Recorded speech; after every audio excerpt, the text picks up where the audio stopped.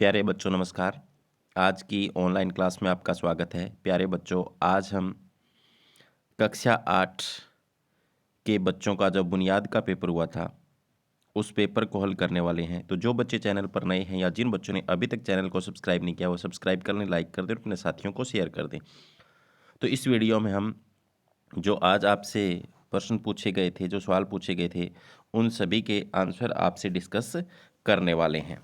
तो शुरू करते हैं। पहले सवाल में आपसे पूछा था, एक कमरे की लंबाई 15 मीटर और इसे 75 सेंटीमीटर चौड़े कालीन के साथ रुपये 50 प्रति मीटर की दर से बिछाने की लागत 6,000 रुपये है, तो कमरे की चौड़ाई कितनी होगी?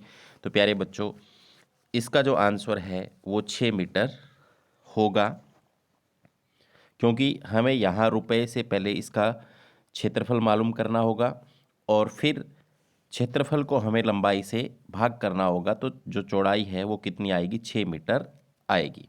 इसके बाद में दूसरा जो है, सपना हर महीने 24,000 रुपये कमाती है। वह अपनी आय का 7/8 भाग खर्च करती है और शेष धन बैंक में जमा करती है। वह हर महीने बैंक में कितना धन जमा करती है? तो जब इसको हल करेंगे तो इसका आंसर जो आएगा वो 3,000 रुपये आएगा। इसके बाद में तीसरा है, रोहित को एक गोलाकार पार्क का एक पूरा चक्कर लगाने में 4 से 4/5 मिनट समय लगता है।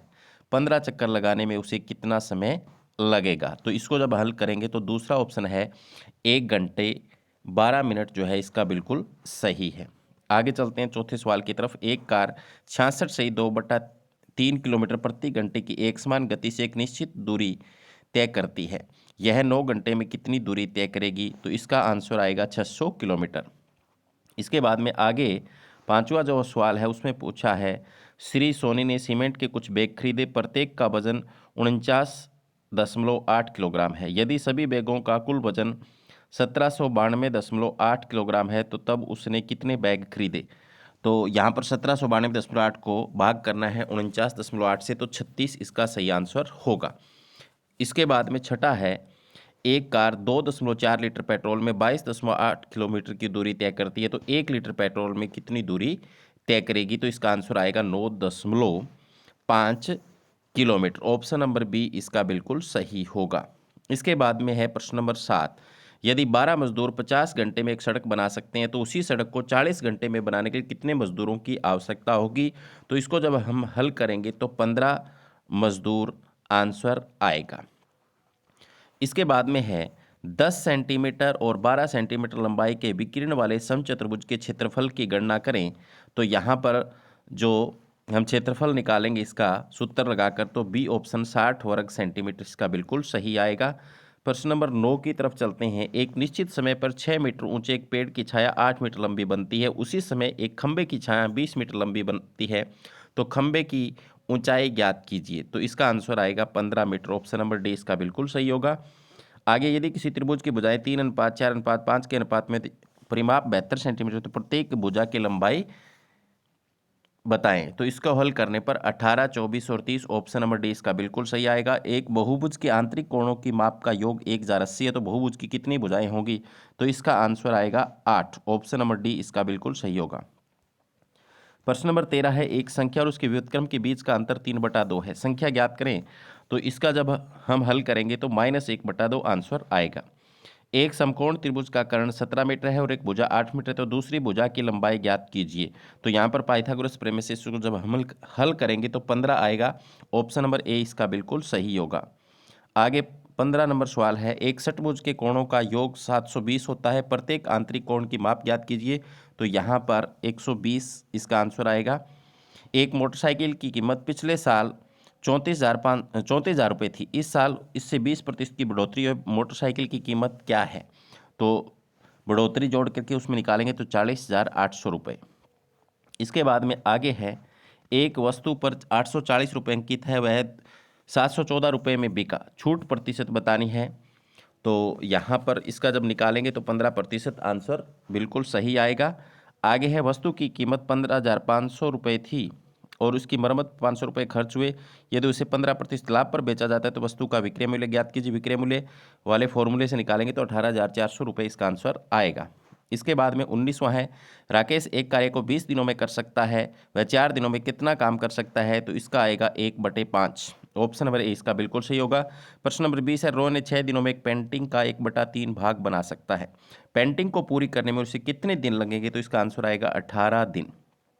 आगे चलते हैं, ए और बी एक कार्य को 20 दिन में पूरा कर सकते हैं। ए अकेले 1/5 काम को 12 दिनों में कर सकता है। बी अकेला उस काम को कितने दिनों में पूरा करेगा? तो इसका आंसर बी आएगा 30 दिन। 3 व्यक्तियों की औसत उम्र 60 वर्ष है, उनकी उम्र का अनुपात 2:3:4 है, तो सबसे छोटे और सबसे बड़े व्यक्ति की उम्र के बीच का अंतर क्या है? तो इसका आंसर आएगा 40। आगे है प्रश्न नंबर 23 के अंदर ए बी एक इमारत के फर्श को 25 दिनों में चमका सकते हैं। ए अकेला इस कार्य को 1/3 भाग 15 दिन में कर सकता है। बी अकेले कितने दिनों में इमारत के फर्श को चमका सकता है? तो इसका आंसर आएगा सी 56 से 1/4 दिन। और 24वां जो प्रश्न है उसमें निम्नलिखित आवर्ती वितरण तालिका का अध्ययन करें और नीचे दिए गए प्रश्नों के उत्तर दें। कक्षा अंतराल आयु वर्षों में दी हुई व्यक्तियों की संख्या दी हुई है। इसका आंसर जो आएगा वो डी ऑप्शन आएगा 5। ठीक है, तो आगे चलते हैं। 25वां, यदि 9 लड़कियां 3 घंटे में 135 मालाएं तैयार कर सकती है तो 1 घंटे में 270 मालाएं तैयार करने के लिए कितने लड़कियों की आवश्यकता होगी? 54। 26वां है, अनिल एक काम को 5 दिनों में और अंकुर 4 दिनों में कर सकता है, उन्हें वही कार्य करने में कितना समय लगेगा यदि वे एक साथ काम करें? तो इसका आंसर आएगा 2 सही 2/9।